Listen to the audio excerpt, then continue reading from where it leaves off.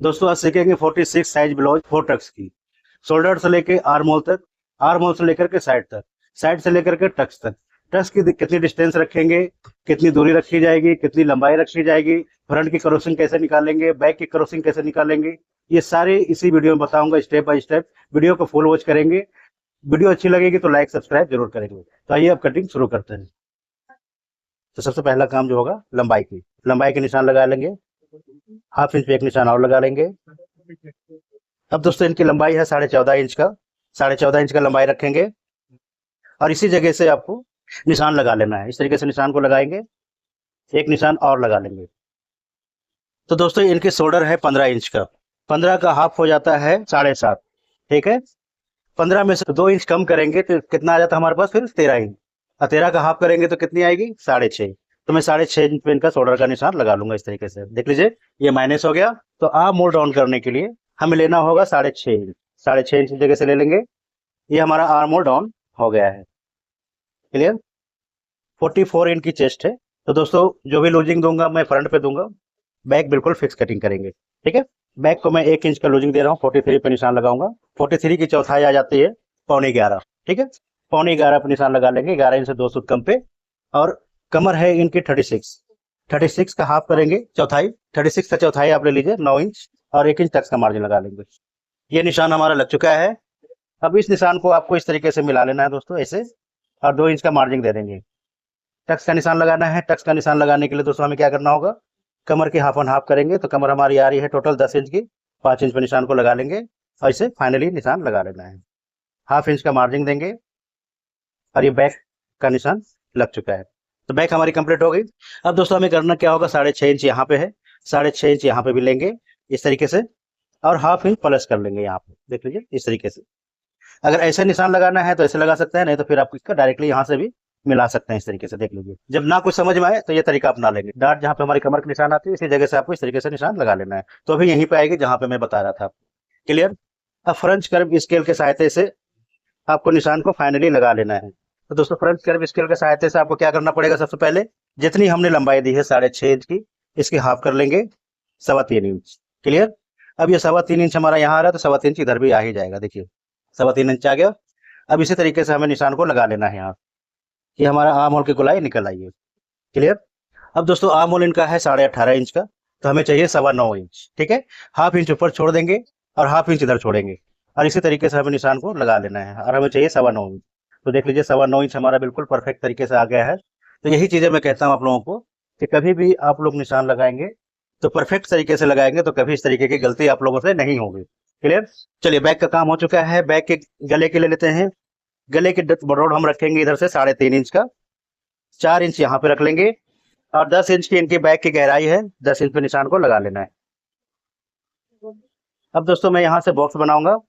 देख लीजिए जहाँ पे हमने 10 इंच रखी है और जहाँ पे ये निशान लगा रखा है, इसी जगह से एक बॉक्स बनाएंगे और गले की शेप ले लेंगे। गले की शेप लेने के लिए दोस्तों में क्या करना होगा, राउंड लेना है।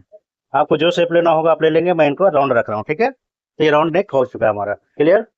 अब ये बैक की सारी ड्राफ्टिंग हो चुकी है। अब बैक से ही आपको फ्रंट पे ले चलूंगा। फ्रंट पे ही आपको समझना है कि टक्स की लंबाई कितनी आएगी, फ्रंट की क्रॉसिंग कैसे निकलेगी, टक्स की चौड़ाई कितनी आएगी, ये सारी चीजें इसी में बताऊंगा आपको। अब इसे कट करके निकाल ले। ध्यान रहे कि निशान पे ही कटिंग होनी चाहिए, निशान के बाहर नहीं जाएंगे, और कहीं से कोना ना निकले, ना गले पे ना आर्म होल पे। कोना बिल्कुल ही नहीं निकलना चाहिए। बिल्कुल नीट एंड क्लीन कटिंग होनी चाहिए, जिस तरीके से मैं दिखा रहा हूँ आपको, इसी तरीके से आपको कटिंग कर लेना है। अब दोस्तों आर्म होल का भी इसी तरीके से है, बिल्कुल नीट एंड क्लीन कटिंग करेंगे निशान पे ही, बिल्कुल ही कोना ना निकले कहीं से, और इस तरीके से कटिंग को कर लेंगे। इससे बेनिफिट ये होगा आपको कि कभी रिंकल्स नहीं आएगी और न ही कहीं से कपड़े की खराबी होगी। साइड का भी निकाल लेंगे, और ये हमने सारी कटिंग कर दी है। तो बैक की कटिंग हो चुकी है। अब एक्स्ट्रा पार्ट यहाँ से निकाल लेंगे। जो एक्स्ट्रा पार्ट है हमारा वो निकालेंगे यहाँ से इस तरीके से। अब दोस्तों मैं ले चलता हूँ आपको फ्रंट पे। फ्रंट के लिए हमें क्या करना होगा, कपड़े को बिल्कुल अपोजिट कर लेंगे इस तरीके से। देख लीजिए, अब ये कपड़े को हमने बिल्कुल फ्रंट पे अपोजिट कर दिया है इसे। अब हमें बैक को रख लेना है। जो आसान तरीका है वही बताता हूँ, जो जल्दी से आपको समझ में आ जाए। तो बैक को हम इस तरीके से रख लेंगे। 1 इंच बड़ा रखना होता है, तो इस जगह से 1 इंच फ्रंट को बड़ा रखेंगे। देख लीजिए एक निशान, और हाफ इंच इधर साइड में देंगे मार्जिन। जो हमने कहा था कि लूजिंग जो भी देंगे फ्रंट में देंगे, तो इसके लिए हाफ इंच निशान यहाँ लगा लेंगे। अब आर्म होल की लेंथ भी लगाएंगे और शोल्डर की भी लगा लेंगे, गले की तरफ से भी ले लेना है। और दोस्तों अब इसका कोई काम नहीं है, इसे मैं हटा देता हूँ। अब आपको करना ये होगा, इस निशान को आपको ऐसे मिला लेना है। देख लीजिए बिल्कुल ही ध्यान से, इस तरीके से मिला लेंगे। बिल्कुल ही ध्यान से देखेंगे कि पॉइंट को फ्रंट हुक है, इस तरफ भी निशान लगा लेना है, एक बॉक्स टाइप की बना लेनी है आपको। क्लियर। अब यहाँ पे हमने आर्म होल के निशान लगाए थे, वो निशान लगा लेंगे इस तरीके से। साइड के निशान लगा लेंगे, 2 इंच की मार्जिन है वो भी दे देंगे। अब दोस्तों ये हमारा इतना काम तो हो गया है। 6.5 इंच का हमने शोल्डर रखा है, यहाँ पे 6.5 इंच रख लेंगे और फ्रंट की भी क्रॉसिंग निकाल लेंगे। तो इस तरीके से फ्रंट की क्रॉसिंग निकालेंगे। अब दोस्तों उसी किस तरीके से जैसे फ्रंट क्रॉसिंग निकाली, बैक क्रॉसिंग निकाली है, सेम उसी तरीके से आपको यहाँ पे करना है। तो अब उसके लिए हमें क्या करना होगा, ये ध्यान से देखिए। ये निशान है हमारा चेस्ट का, आर्म होल के पास। 1 इंच यहाँ से कम कर लेंगे। अब 1 इंच कम करेंगे तो हमारा कितना आ गया, 3.25 इंच। 3.25 इंच इधर भी रखेंगे और इस निशान को आपको इस तरीके से मिला लेना है। जहाँ पे हमारा ये शेप बैठेगा सेम उसी जगह पे रखेंगे और इसे शेप में ले लेना है इस तरीके से। अब दोस्तों ये देखिए हमारा आर्म होल का भी निशान लग चुका है। अब ऊपर का भी निशान लगा लेते हैं इस तरीके से। गले का शेप दे देंगे। गला इनका 7.5 इंच की है, इस तरीके से नापेंगे ऐसे और निशान लगा लेंगे। इसे भी मैं राउंड ही रखूंगा, आपको जो शेप देना होगा वो आपसे शेप दे सकते हैं, मैं राउंड रख रहा हूँ यहाँ पे। ठीक है, इस तरीके से निशान लग जाएगी। अब दोस्तों आप लोग पूछते हैं कि टक्स की लंबाई कितनी रखेंगे, टक्स की चौड़ाई कितनी रखेंगे। तो दोस्तों उसके लिए मार्किंग आपको जो करना होगा वो इस तरीके से करना। देखिए टक्स के लिए हमें इनका रखना है 11 इंच। वो किस लिए, क्योंकि हमने 44 इंच का चेस्ट काटी है, ठीक है, 43 है, उसके हिसाब से रखेंगे। तो हमारा आएगा चौथाई 11.25, ½ इंच प्लस कर लेंगे। अब इस निशान को यहाँ से 4 इंच पे लगा लेना है आपको, देख लें इस तरीके से, और इसे कंप्लीट कर लेंगे। ये मेन बस्ट हो गया हमारा, ये मेन बस्ट का निशान लग गया है। 1.5 इंच का मार्जिन देना होता है टक्स पे, वो दे देंगे। तो हमने सारी चीजें बता दी है, लंबाई किस तरीके से निकालेंगे, जितना भी चेस्ट होगा उसका चौथाई करके और आपको 1 इंच प्लस कर लेना होता है। क्लियर, ये टक्स का हो गया हमारा। तो हमने टक्स लगाई कितना है, देख लीजिए 11 इंच पे। क्लियर, 2 इंच आपको चौड़ाई देना है, इस तरफ गैप देंगे, मेन टक्स से 2 इंच का गैप देना है साइड वाले टक्स के लिए, और ये निशान आपको मिला लेना है इस तरीके से। ½ इंच का मार्जिन देंगे और ये हमारा रेडी हो चुका है साइड वाले टक्स। ठीक है, अब दोस्तों हमें क्या करना है, इसी जगह से देख लीजिए 1.5 इंच का, 1.5 इंच का निशान लेंगे यहाँ पे ऐसे, देख लें बिल्कुल ही ध्यान से। और यहीं से हमें 2 पॉइंट का मार्जिन देना है, 2 सूत का, इंच टेप का 2 सूत। देख लीजिए इंच टेप का 2 ही सूत रखना है, ज्यादा मार्जिन इस पे नहीं पड़ता है। 2 पॉइंट देंगे इंच टेप का, और ये निशान भी हमारा कंप्लीट हो गया है, ये भी कंप्लीट हो गया, और ये 3 निशान कंप्लीट। क्लियर। अब दोस्तों बात करते हैं क्रॉसिंग टक्स की। तो क्रॉसिंग टक्स के निशान आप लगाएंगे तो उसके लिए क्या करना होता है वो मैं बता दूं। 2 इंच इसके लिए भी यहाँ से गैप डालेंगे, और मेन टक्स जो होता है ये हमारा, मेन टक्स से आपको इस टक्स को क्रॉसिंग वाले को मिला लेना है ऐसे। अब यहाँ पे भी 2 पॉइंट का मार्जिन देंगे इस तरीके से, और ये हमारा साइड का भी लग चुका है। तो दोस्तों जो मैंने समझाया है आपको किस तरीके से कैसे कैसे क्या करना होता है, वो सारी चीजें बता दी है, स्टेप बाय स्टेप बताया आपको। 11 इंच की आपको डार्ट की लेंथ रखनी है, चौड़ाई हमने 4 इंच की दी है, 2 इंच का गैप साइड वाले पे है, 2 इंच गैप क्रॉसिंग वाले पे है। ठीक है, 1.5 इंच का गैप हमने हुक वाले साइड की टक्स की लगाई है।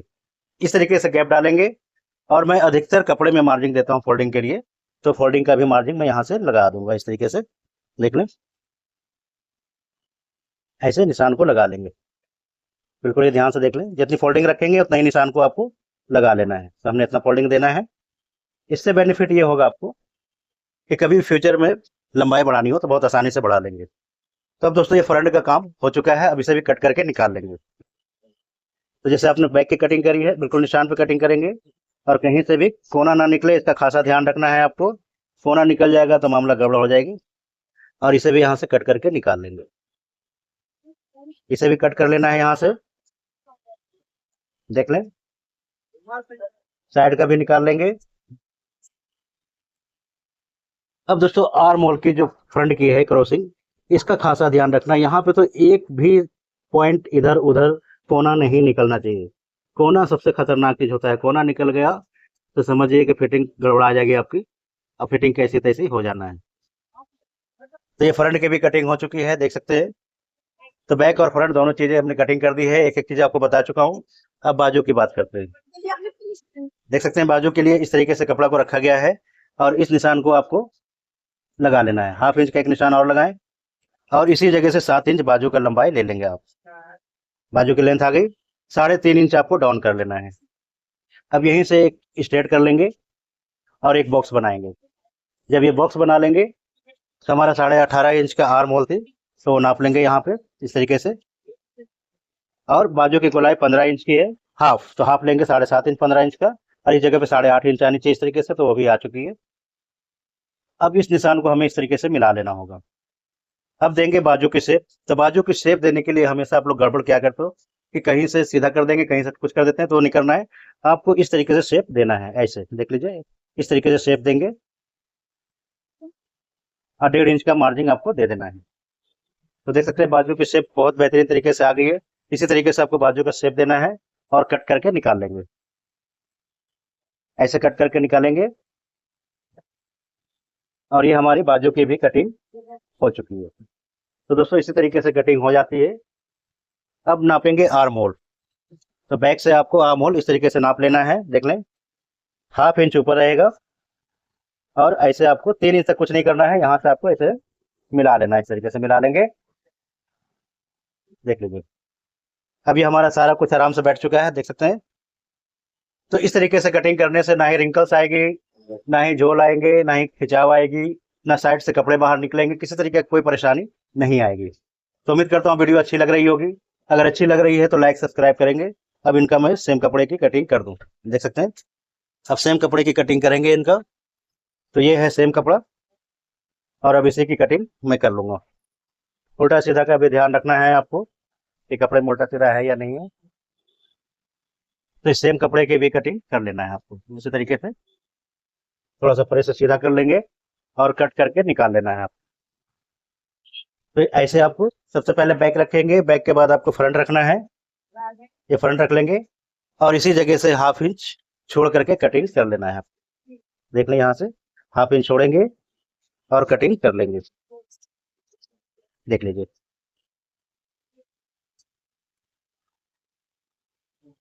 अस्तर चिपका लेंगे तभी कटिंग करेंगे। और ये दोनों पार्ट निकल चुका है हमारा, बैक और फ्रंट दोनों की सेम कपड़े की कटिंग हो गई है, देख सकते हैं। ये देख लीजिए, तो ये दोनों पार्ट कट चुका है। अब बाजू की कटिंग करेंगे। तो बाजू कटिंग करने के लिए दोस्तों कपड़े को बिल्कुल इस तरीके से 2 भाग में बांट लेंगे, ऐसे डबल कर लेंगे।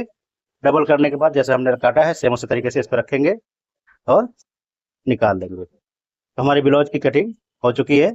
वीडियो अच्छी लग रही होगी तो लाइक सब्सक्राइब करेंगे।